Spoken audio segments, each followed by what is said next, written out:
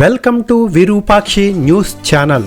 రేణిగుంట మండలం మాముడూరు పంచాయతీ నంబర్ 1 బాలుపల్లి కొక్కలదొడ్డి గ్రామంలో గల గిరిజన పాఠశాల యందు ఈరోజు అనగా 7 డిసెంబర్ 2024న తల్లిదండ్రుల మరియు ఉపాధ్యాయుల ఆత్మీయ సమావేశం నిర్వహించారు. కార్యక్రమంలో భాగంగా గిరిజన పాఠశాల బాల బాలికలకు నోటు పుస్తకములు, పెన్నులు, పెన్సిల్స్ మరియు స్వీట్స్ పంచడం జరిగింది.